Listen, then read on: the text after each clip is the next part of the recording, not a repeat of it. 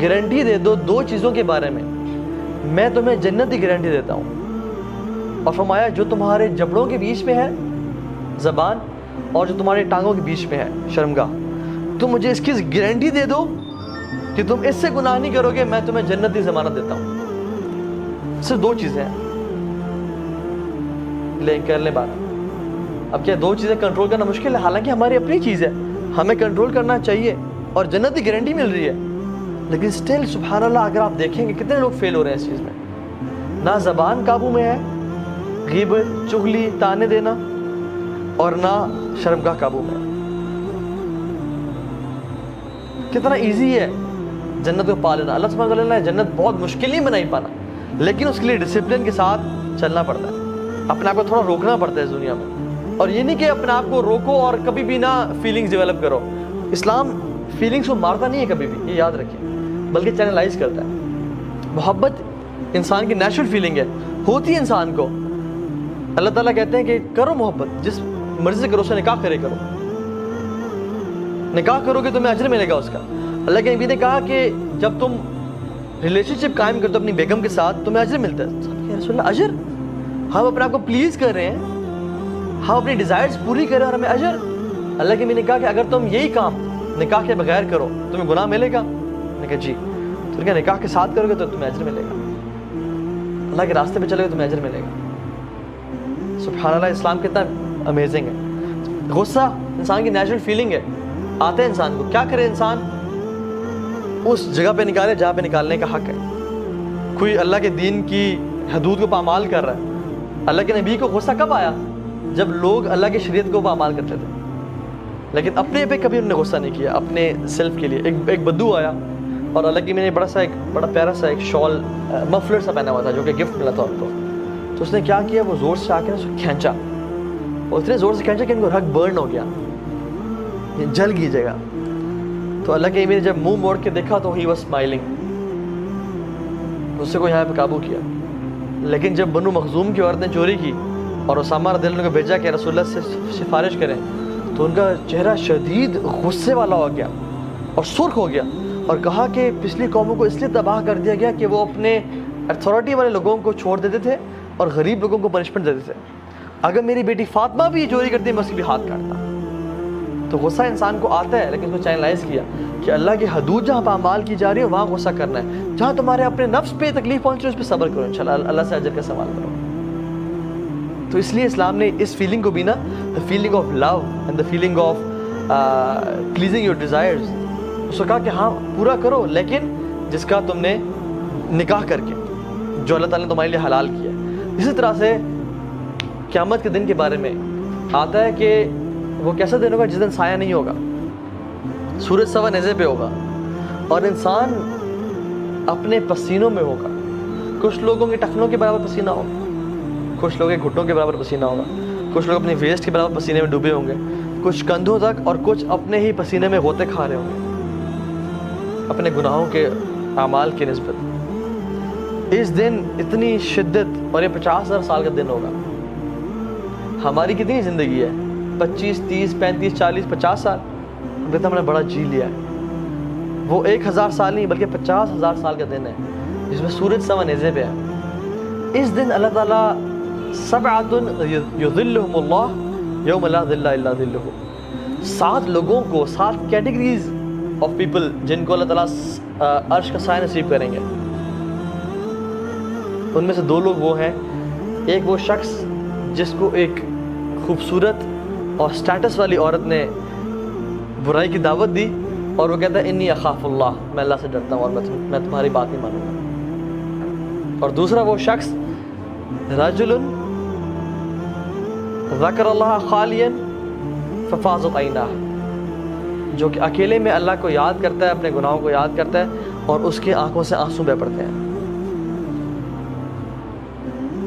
اگر ہم لوگوں کو سایہ چاہیے قیامت کے دن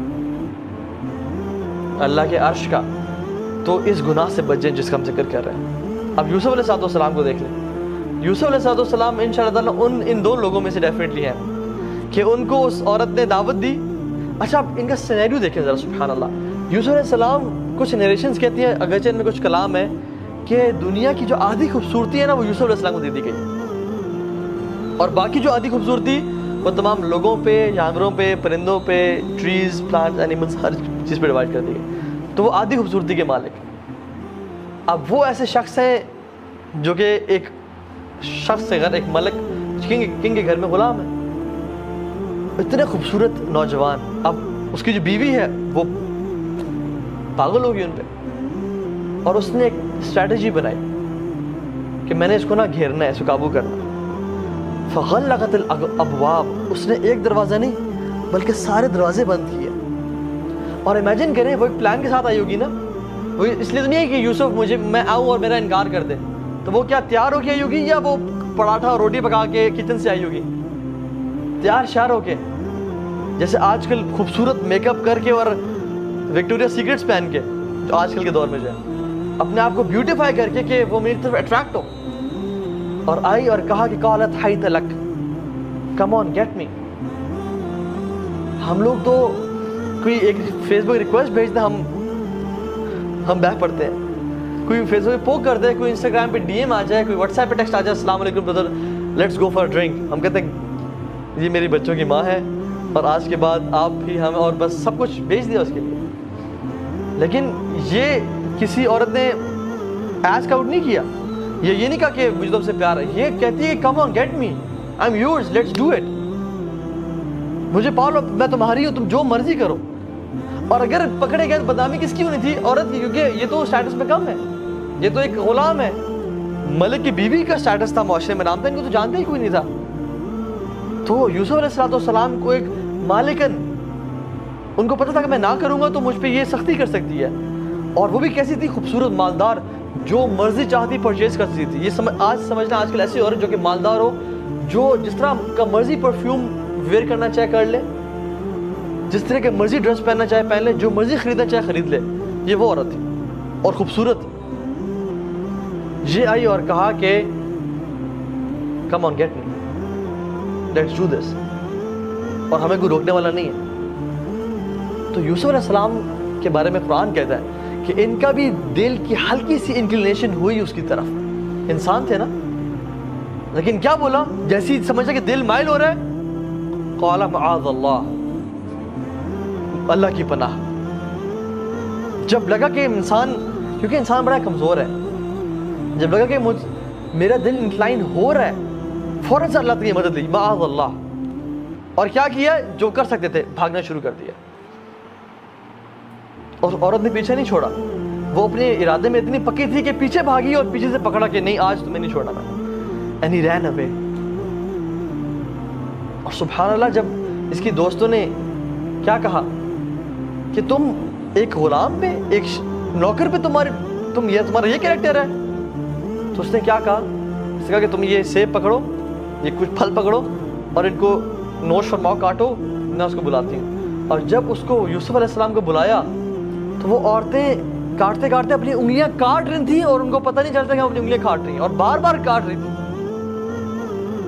اور کہتی ہیں یہ تو انسان نہیں ہے، یہ تو ملک کریم ہے، یہ تو ہی از ویری نوبل اینجل. اور یہ سبھی عورتیں مل گئیں اور کہا کہ یوسف کر لو. پھر کہا دوبارہ دعوت. تو یوسف نے کہا کہ یا اللہ میرے لیے پرزم کو، قید کو محبوب بنا دے اس عورت کی نسبت. Make prison more beautiful for me than this woman. اور وہاں کی قیدیں کیسی تھیں؟ کوئی لنڈن کی قید جیسی جہاں پہ باسکٹ بال گیمز بھی ہو رہی ہیں اور آپ کو get to watch ESPN as well, اور وہاں پہ آپ کو ٹائم مل رہا ہے اور آپ کو اچھا کھانا مل رہا ہے اور سب کچھ ہے. نہیں، وہاں کی قید کا مطلب ہے اندھیرا، بدتمیزی، آپ کو پکڑ کے اور جکڑ کے رکھنا. قید پراپر قید تھی. تو یوسف علیہ السلام نے کیا پریفر کیا کہ مجھے وہ قید پسند ہے لیکن میں یہ گناہ نہیں کر سکتا. کیونکہ ایک اگر یہ گناہ کرتے تو کیا ہوتا؟ عذاب ہوتا آخرت کا، اور آخرت میں جہنم. لیکن انہوں نے اس دنیا کی جیل کو پریفر کیا آخرت کی جیل سے. یہ نیو کہ یہ دنیا کی تو جیل گزر جائے گی، لیکن آخرت کی جیل، آخرت کی قید وہ بڑی شدید قید ہے. تو میں آخرت کی قید کو پسند نہیں کروں گا، اس دنیا کی قید کو کاٹ لوں گا، لیکن وہ قید نہ وہ گزرنے والی نہیں ہے، وہ کسی انسان سے برداشت نہیں ہوگی. اللہ تعالیٰ سے مدد مانگی اور اللہ سے دعا کی کہ اللہ میری مدد, make jail prison more beautiful for me and beautify it for me than this woman. میرے دل میں اس کی جیل کی محبت ڈال دے لیکن اس کی نہ ڈالنا. یہ ہے ولا یزنون, جو کہ بچتے ہیں اس سے. یہ اللہ تعالیٰ کے خالص اور مخلص بندے ہیں, جیسے یوسف علیہ السلام. اور یوسف السلام نے کیا کیا, روئے, آنسو بہائے, کہ یہ جو دعا کرتے ہوئے آنسو بہائے اکیلے میں کہ یا اللہ میں یہ گناہ نہیں کرنا چاہتا. تو انشاءاللہ یہ ان دو لوگوں میں ہوں گے جو کہ اللہ تعالیٰ